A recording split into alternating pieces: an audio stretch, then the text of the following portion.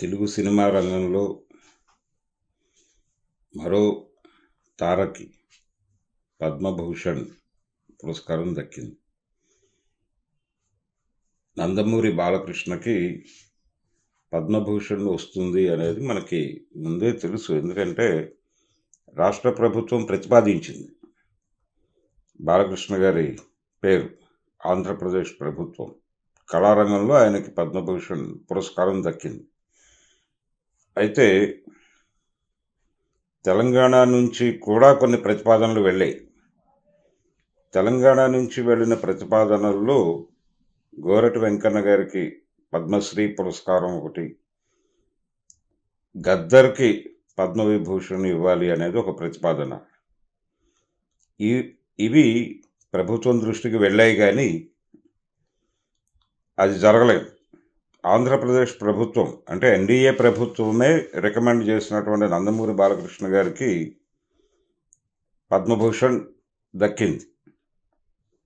అయితే తెలంగాణకు వచ్చేసరికి సేవారంగంలో కృష్ణమాదిగకి పురస్కారం, పద్మశ్రీ పురస్కారం దక్కింది. అయితే ఇక్కడ రేవంత్ రెడ్డి గారు కొంచెం మేము రికమెండ్ చేసిన వాళ్ళు ఎవరిని పట్టించుకోలేదు అనేటువంటి పెయిన్ ఏదో ఉంది ఆయనకి. ఆ మేరకు ఆయన లెటర్ రాస్తానని చెప్తున్నాడు కేంద్ర ప్రభుత్వానికి. అయితే గోరటి వెంకన్నని అలాగే గద్దర్ని కన్సిడర్ చేయకుండా ఇక్కడ నందమూరి బాలకృష్ణ గారికి పద్మభూషణ్ ఇవ్వటం అనేది ఎలా అర్థం చేసుకోవాలి అనేది చూడాలి. అంటే జనరల్గా ఆయన పాపులర్ ఆర్టిస్టు నందమూరి బాలకృష్ణ. ప్రస్తుతం ప్రభుత్వం వారిది, రాష్ట్రంలోనూ కేంద్రంలోనూ కూడా ఎన్డీఏ ప్రభుత్వమే ఉంది కాబట్టి వారు ఇవ్వదలుచుకున్నారు, ఇచ్చారు. ఆయన ఇండస్ట్రీ పరంగా ఇప్పుడు వరుస హిట్టుల్లో ఉన్నాడు. అలాగే ఆయన చేసినటువంటి టాక్ షో కూడా చాలా పెద్ద హిట్. దీంతోపాటు ఆయన సెకండ్ హ్యాట్రిక్కి రెడీ అయిపోయాడు. మన సంక్రాంతికి రిలీజ్ అయినటువంటి డాకు మహారాజ్ కూడా మంచి రిజల్టే రాబడుతోంది. అంటే హిట్ సినిమా కింద దాన్ని ఆల్రెడీ డిక్లేర్ చేయటం జరిగిపోయింది. సో నందమూరి బాలకృష్ణ గారు ఆయనకి ఈ పురస్కారం ఎందుకు వచ్చిందో మనకి స్పష్టంగా తెలుసు. అయితే ఇక్కడే చూడాల్సింది ఏంటంటే వారి తండ్రి గారు నందమూరి తారక రామారావు గారికి పద్మశ్రీ తప్ప ఇంకే రకమైనటువంటి పురస్కారాలు ఆయనకి రాలేదు. రాకపోవడానికి కారణం ఏమిటి అనేది గనక మనం అర్థం చేసుకుంటే, అంటే బాలకృష్ణ గారికి ఎందుకు వచ్చిందో మనకు అర్థమైతే రామారావు గారికి ఎందుకు రాలేదో మనకు క్లారిటీ వచ్చేస్తుంది. రామారావు గారు అప్పటి కేంద్ర ప్రభుత్వానికి వ్యతిరేకంగా ఉన్నాడు.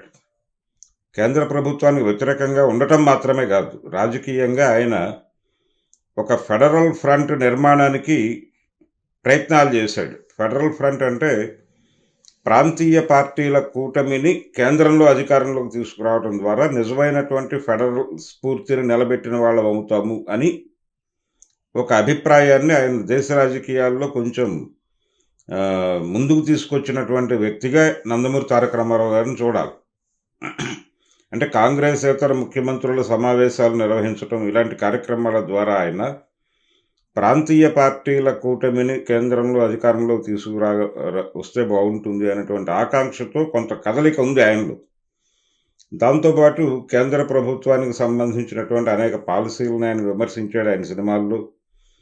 కొంచెం అప్పుడు కాంగ్రెస్ ప్రభుత్వానికి వ్యతిరేకంగా, అంటే ఆయన అమ్మగోళ సినిమాలో కావచ్చు, తాతమ్మ కళ సినిమాలో కావచ్చు, ఆయన అప్పటి కేంద్ర ప్రభుత్వ విధానాల మీద చేసినటువంటి విమర్శలు ఇవన్నీ ఉన్నాయి. ఆయన కొంచెం బేసిక్గానే తేడా మనిషి అనేటువంటి ఒక అభిప్రాయం అప్పటి కాంగ్రెస్ ప్రభుత్వానికి ఉండటం, వీటన్నిటి రీత్యా ఆయన్ని అవార్డుల దరిదాపుల్లో కూడా ఎప్పుడూ తీసుకురాలేదు. అందుకని ఆయనకి ఆ రోజున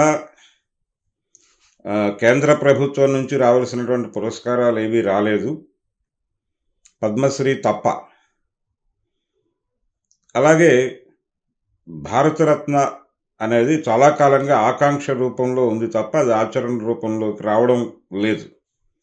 రాకపోవడానికి కూడా ఆయన రాజకీయ అభిప్రాయాలే కారణం కావచ్చు, ఆయన ఆచరణే కారణం కావచ్చు.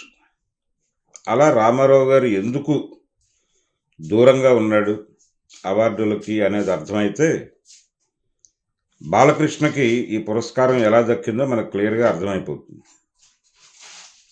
ఇందుకే రామారావు గారికి ఎందుకైతే ఆ రోజున అవార్డులు ఇవ్వలేదో అదే పద్ధతిలో ఇప్పుడు కూడా తెలంగాణ ప్రభుత్వం నుంచి ప్రతిపాదనలు వెళ్ళినటువంటి ఈ ముగ్గురు కళాకారులకి కూడా చోటు లభించలేదు. గోరటి వెంకన్నకు కావచ్చు, గద్దరికి కావచ్చు, వీళ్ళకి ఈ పద్మ పురస్కారాల వ్యవహారంలో వాళ్ళకి ఒక రకంగా అన్యాయమే జరిగింది.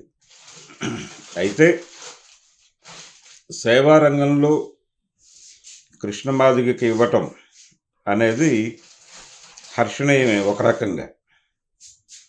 ఎందుకంటే మనది నిచ్చెన మెట్ల వ్యవస్థ. నిచ్చెన మెట్ల వ్యవస్థ అంటే ఒక కులం కింది కులాన్ని తొక్కుతూ, ప్రతి కులము ఒక కులాన్ని తొక్కుతూ ఇంకో కులం చేత తొక్కించుకోబడుతూ ఉంటుంది. ఇప్పుడు ప్రతి రెండు కులాల మధ్య ఒక ఘర్షణ ఉంటుంది.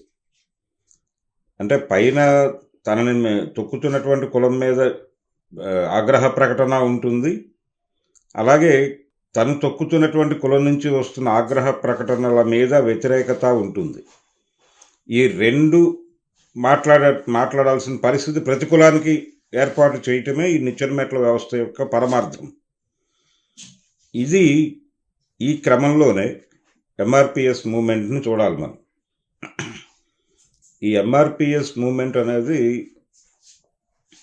ఆ కులం ప్రత్యేకంగా ఇబ్బంది పడుతోంది అంటే తన గొంతు, మా మాట మేమేం మాట్లాడుకుంటాం, మా ఉద్యమం మేమే చేసుకుంటాం, మా సమస్యల గురించి మేమేం మాట్లాడతాం అంటే శ్రీశ్రీ గారు చెప్పినట్టు ఎవరో వస్తారని ఏదో చేస్తారని ఎదురు చూసి మోసపోకుమా అన్నట్టుగానే, అంటే అస్తిత్వవాద ఉద్యమాల మీద ఒక నెగిటివ్ అభిప్రాయం ఉంది చాలామందిలో. అది కరెక్ట్ కాదు.